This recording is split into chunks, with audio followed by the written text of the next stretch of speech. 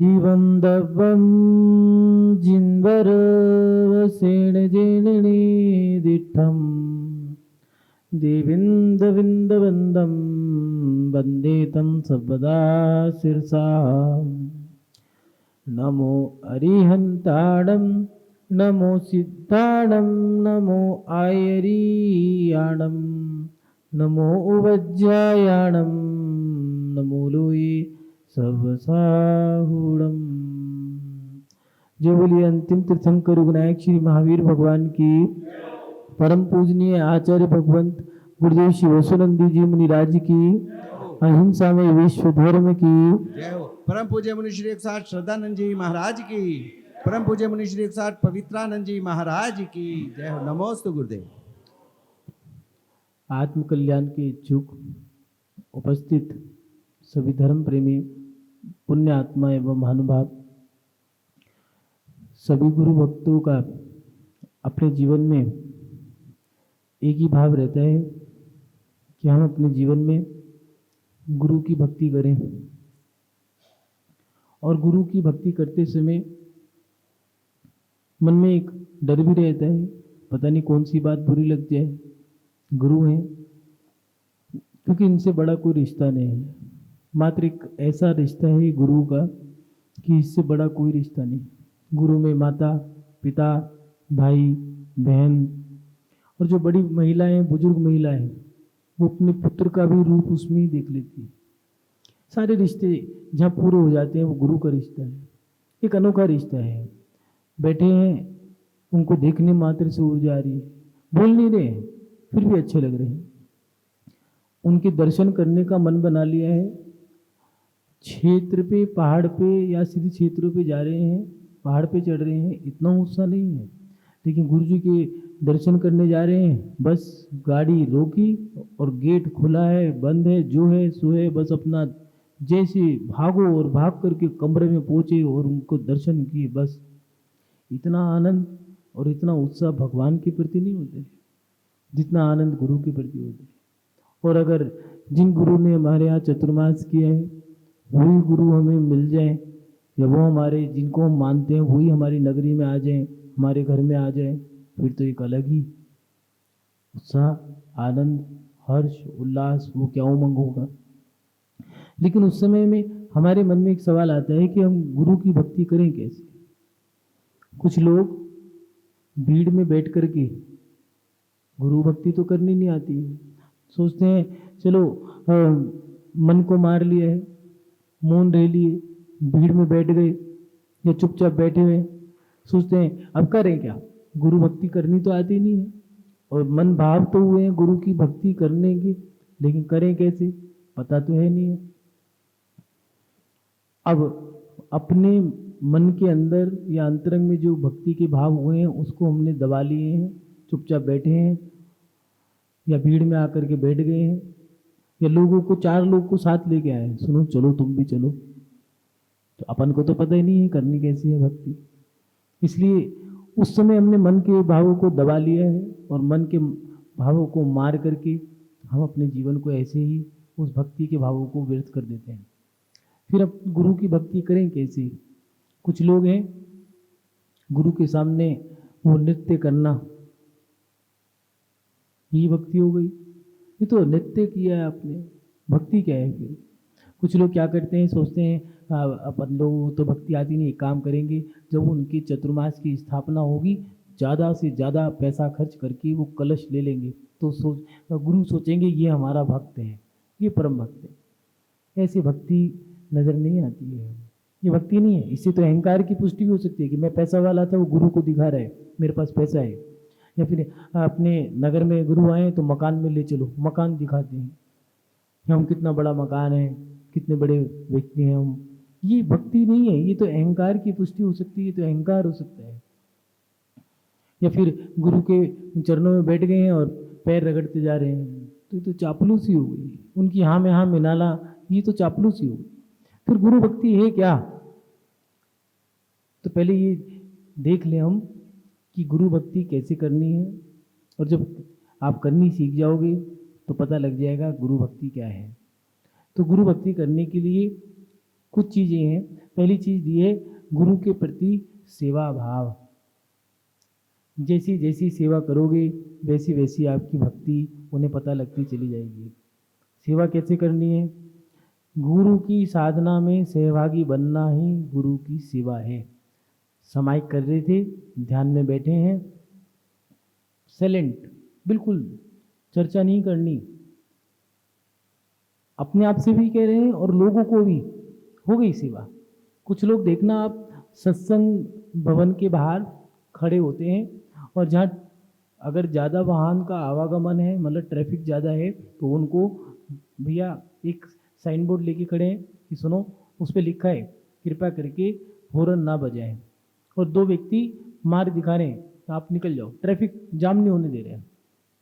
उनसे पूछे कि क्यों कर रहे हो?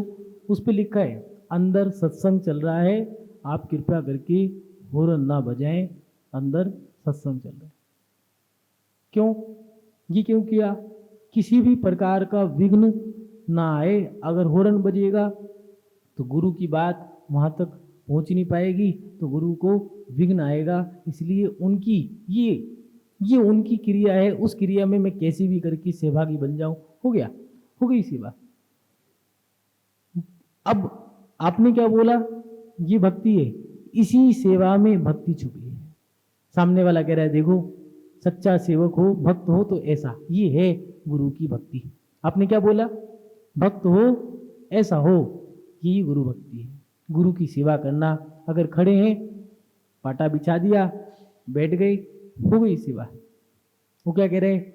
गुरु भक्त तो ऐसा होना चाहिए, कितना ध्यान रखता है।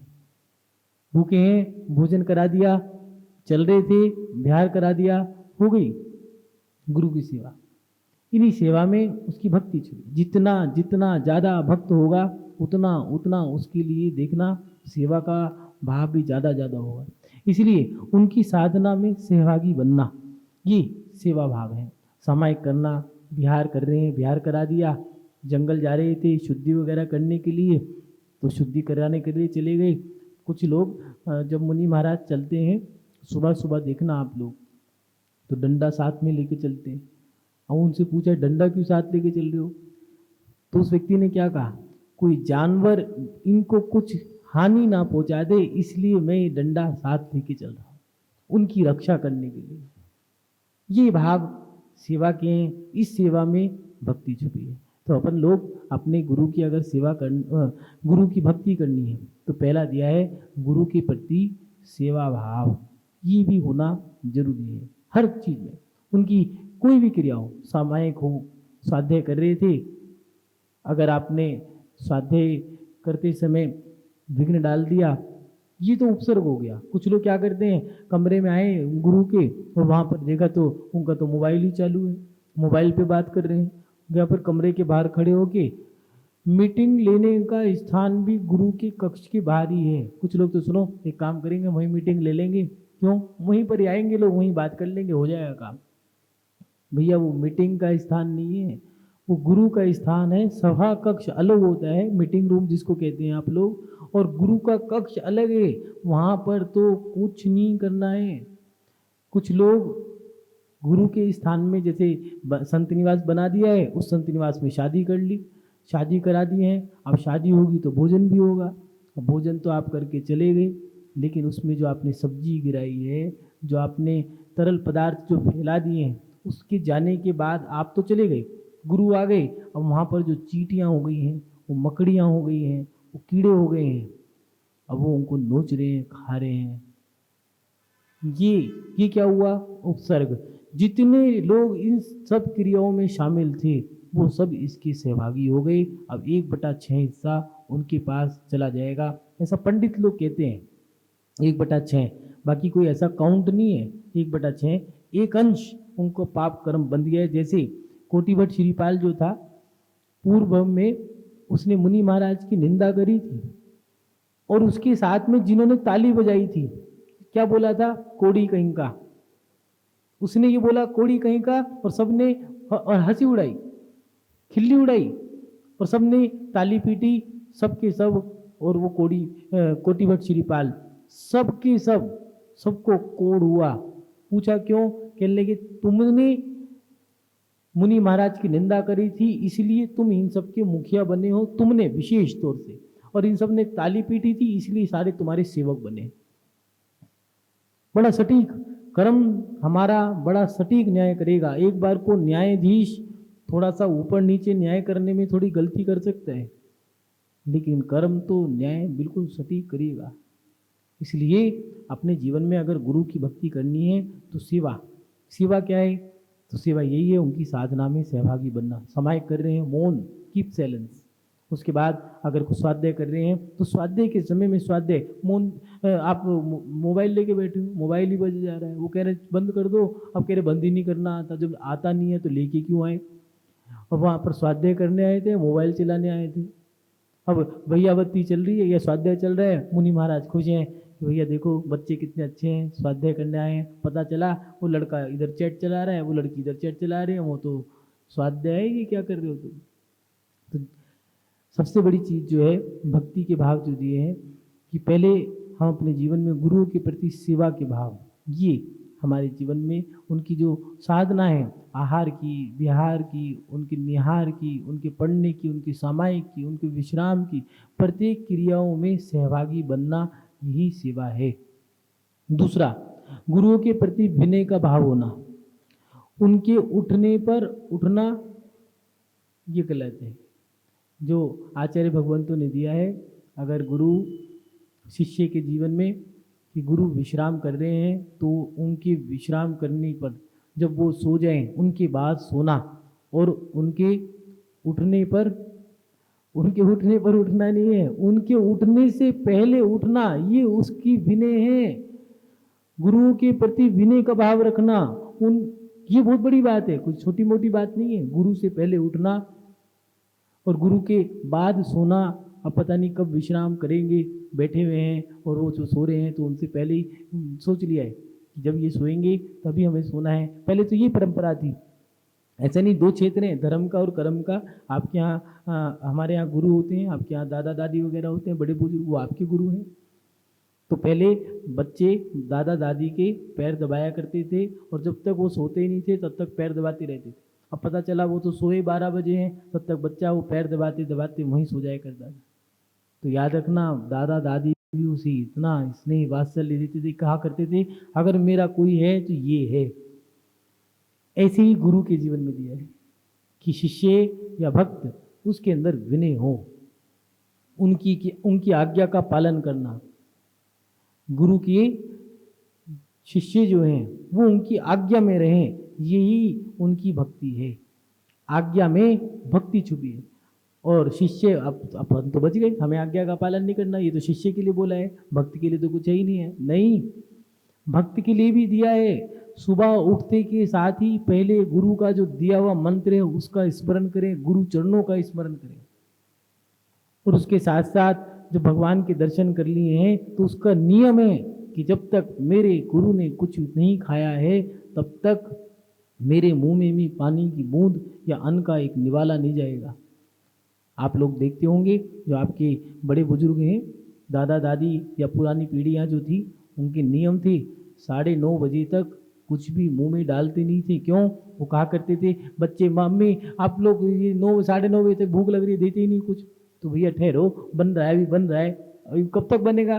9:30 बजे तक बन जाएगा। क्यों? इसमें क्या है? भैया तुम्हारे गुरु तो भूखे हैं, तुम कैसे खा लोगे? इसलिए 9-9:30 बजे तक मुनि महाराज उठ जाते हैं और वो चौके में चले जाते हैं। उनके मुख में कुछ चला गया, अब हम कुछ खाएंगे। और पहले के जो कट्टर धर्मात्मा हैं वो लोग तो जब तक गुरु का आहार नहीं हो जाता तब तक कुछ नहीं खाते। इसलिए देख लेना, जितनी भी सरकारी धर्मशालाएं हैं 11 बजे शुरू होती हैं। स्कूलों में रिसेस का टाइम भी जो होता है, जो आधी छुट्टी जिसको कहते हैं, वो 11 बजे होती है। क्यों? 11 बजे तक मुनि महाराज का आहार पूरा हो जाएगा। अतिशय क्षेत्रों पर भोजनशाला का समय भी 11 बजे का मिलेगा आपको। क्यों? इसलिए नहीं भोजन तैयार 11 बजे हो जाएगा। 11 बजे तक मुनि महाराज का, जो मुनि आर्य का, शावक शाविका हैं, इन सब का आहार हो जाता है। इसके बाद अब आपको भोजन करना है। इसलिए ये थी हमारी विनय। गुरु के सोने से बाद में सोना है, उठने से पहले उठना है, अगर श्रावक भी है, ये तो शिष्य के लिए बताया है। कुछ लोग गुरु के चरण पड़े हैं, उस चरण रज को भी अपने मस्तक पे लगा लेते हैं, और महिलाएं तो अपने पल्लू में बांध लेती हैं। ठीक है, अगर कभी दुख होगा, सर में दर्द, बुखार वगैरह कुछ भी होगा तो इसी को अपने माथे पे लगा लेंगे। क्यों? गुरु चरणों की रज है, ये है हमारी विनय। और उसके साथ साथ उनका मंत्र, उनके चरणों का स्मरण करना और उनकी आज्ञा का पालन करना बड़ी कठिन चीज़ है। गुरु आज्ञा का पालन करना सबसे कठिन मार्ग बताया है। मोक्ष जाने से भी कठिन है गुरु आज्ञा का पालन करना, हर किसी के बस की नहीं है। उन्होंने कहा जाओ भोजन करने चले जाओ, और नहीं भूखे करना पड़ेगा। सो जाओ, नहीं मन कर रहा है सोने का, सोना पड़ेगा। रुक जाओ और चलने का मन हो रहा है, अनुकूलता चलने में नहीं रुकना पड़ेगा। और चलो मई जून का महीना है, चलो बिहार करो, और बिहार तो करना ही पड़ेगा, आज्ञा आ गई है, करना ही पड़ेगा।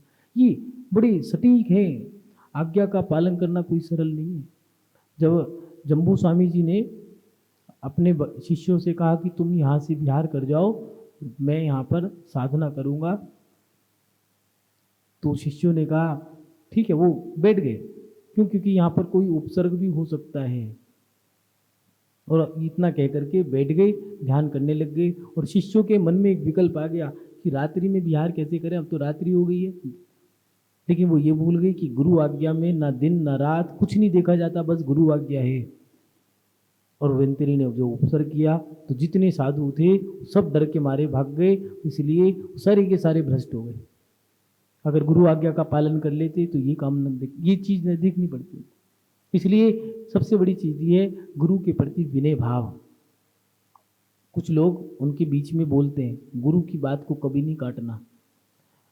भीष्म पितामह ने अर्जुन से एक बहुत अच्छी बात कही थी। जब वो चर्चा करने गए उनसे उनकी मृत्यु का रहस्य पूछने गए, कैसे होगा, तो उपाय बताने लगे। श्री कृष्ण जी ने कहा जाओ उनसे पूछो, आशीर्वाद तो दे दिया है विजय भव का, लेकिन विजय प्राप्त करें कैसे। तो जो बताने लग गए तो अर्जुन बीच में बोल पड़ा। तो उन्होंने एक ही बात कही कि अर्जुन मेरे बाण काटो लेकिन मेरी बात मत काटना।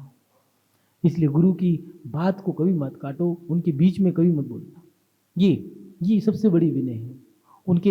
उनके बैठने, वो तो नीचे बैठे हैं, कुछ लोग जैसे आहार कर रहे हैं लेके बैठ गए स्टूल।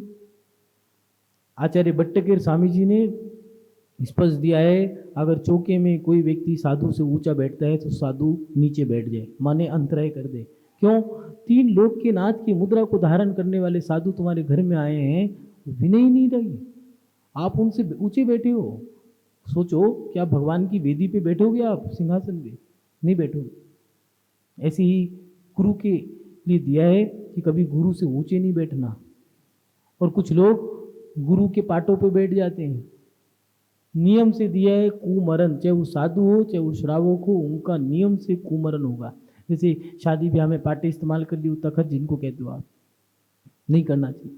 दूसरा, साधु के पाटों पे बैठना। कुछ लोग सिंहासन पे बैठ के सेल्फी ले लिए।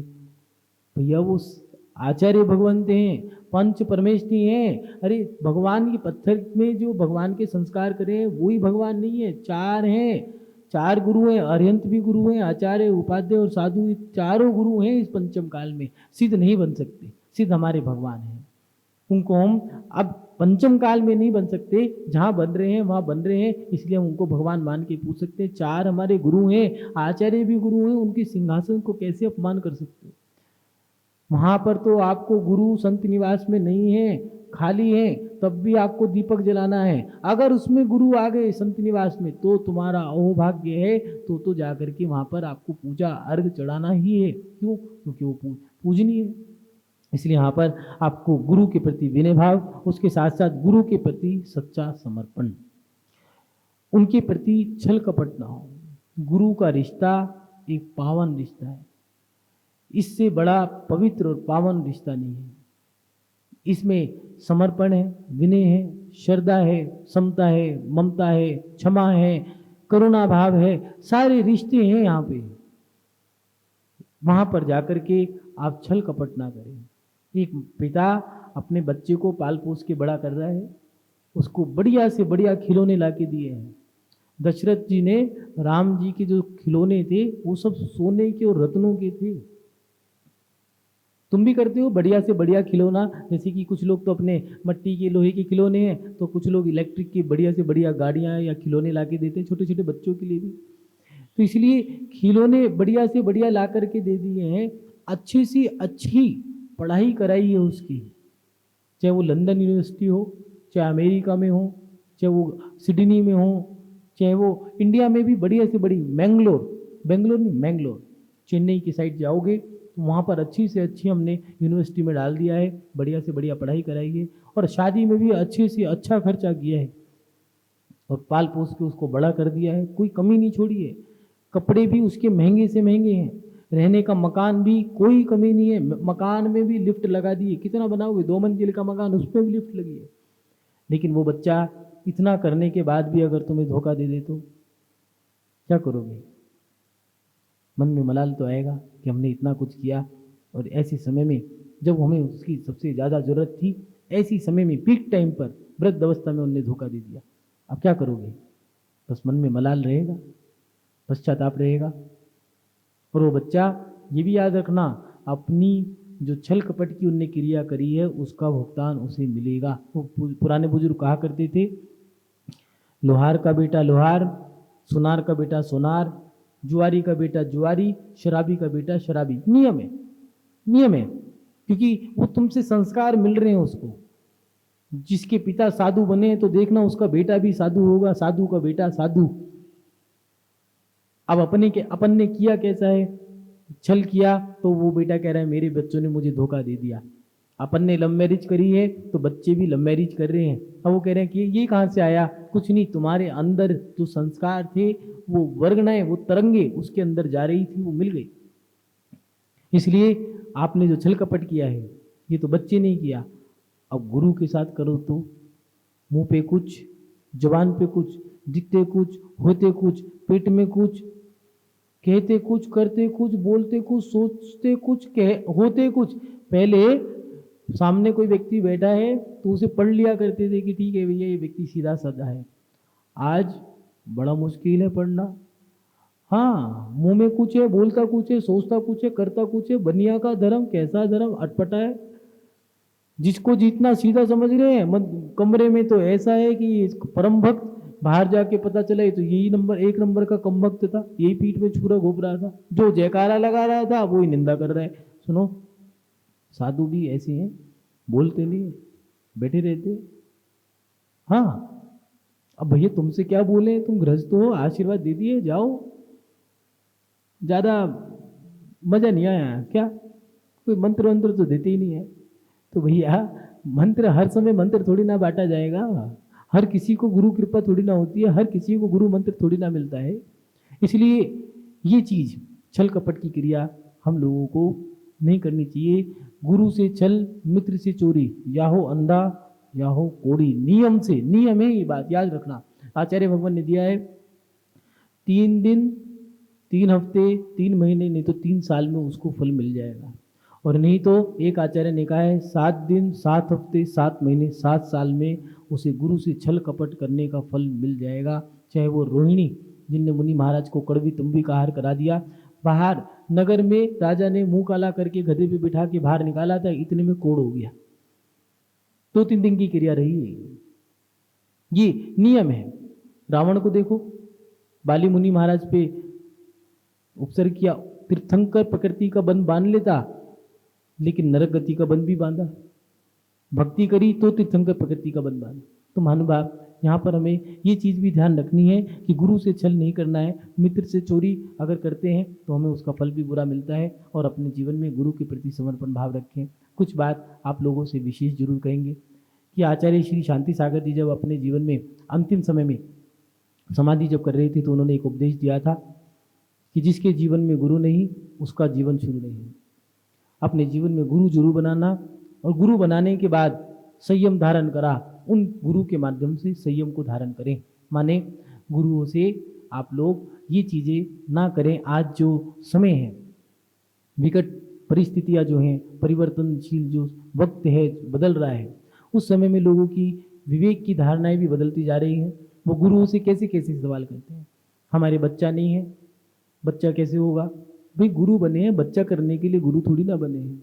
आप लोग थोड़ा ध्यान रखें, गुरु के पास जाएं, चर्चा कैसी करनी, तत्व चर्चा करें, व्यापार की, दुनियादारी की, घर गृहस्थी की चर्चाएं उनके पास जाके ना करें। दूसरी बात, प्रत्येक व्यक्ति के जीवन में गुरु होना एक आवश्यक है। भगवान मात इतना सूत्र देते हैं कि तुम्हें अगर मेरे जैसा बनना है तो हाथ पे हाथ रख के बैठना पड़ेगा, और आगे से या पीछे से कर्म कहीं से भी आए, मंद मंद मुस्कान माने समता से सहन करना होगा। इतना संदेश दे रहे हैं, और आपको अपने जीवन में एक दिन भगवान बनना है। ये सूत्र भगवान दे रहे हैं, इससे ज़्यादा कुछ नहीं दे रहे। अगर शिक्षा, आत्मकल्याण अगर कुछ करेंगे तो वो करेंगे गुरु।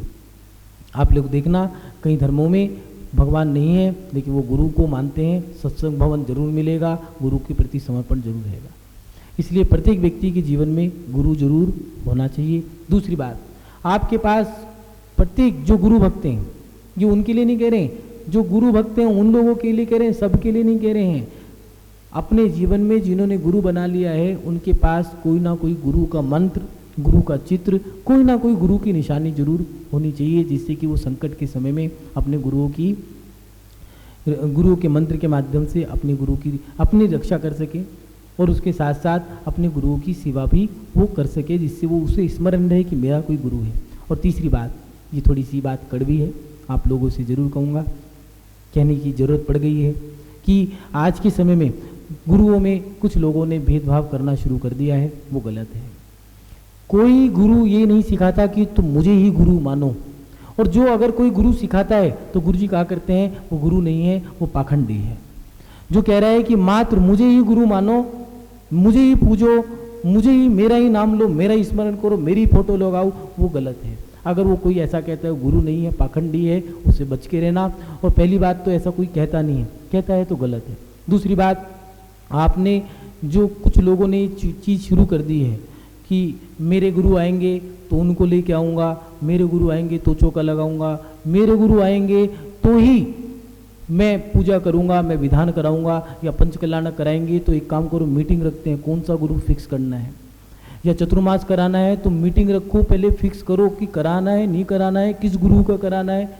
भैया तुम्हारी औकात क्या है, तुम्हारी औकात क्या है गुरु के बारे में सोचने की? तुम फिक्स कर लो, तुमने तो फिक्स कर लिया, उन्होंने फिक्स करा है नहीं करा है। इसलिए ये थोड़ा सा आप लोग, मेरी बात थोड़ी कड़वी लगेगी लेकिन आप लोगों को इन पे थोड़ा ध्यान देना चाहिए कि गुरुओं में भेदभाव ना करें। नमो लोये सव्य सहोणम, मंत्र ही खंडित कर दिया। सम्यक दर्शन का मतलब ही यही है, सच्चे देव, शास्त्र और गुरुओं पर, सभी शास्त्रों पर, सभी देवों पर, जो सच्चे देव हैं, सभी गुरु और सभी शास्त्र और सभी गुरुओं पर श्रद्धान करना, ये हमारा सम्यक दर्शन है। और हम एक ही गुरु को मान रहे हैं तो फिर ये एकांतवाद जो दिए हैं मिथ्यात्व का, आप लोग पढ़ते हो ना, विपरीत एकांत विनय के संशय अज्ञान गुने के, ये विपरीत एकांत जो मिथ्यात्व है, अभी एक से जुड़े हो, जब सब साधुओं को मानोगे, 3 कम 9 करोड़ 2.5 दीप में साधु होते हैं, सबके प्रति एक सा भाव रखना, यह है सम्यक दर्शन। और ऐसा व्यक्ति अपने जीवन में कल्याण करता है। महानुभाव, गुरुओं में भेदभाव न रखें।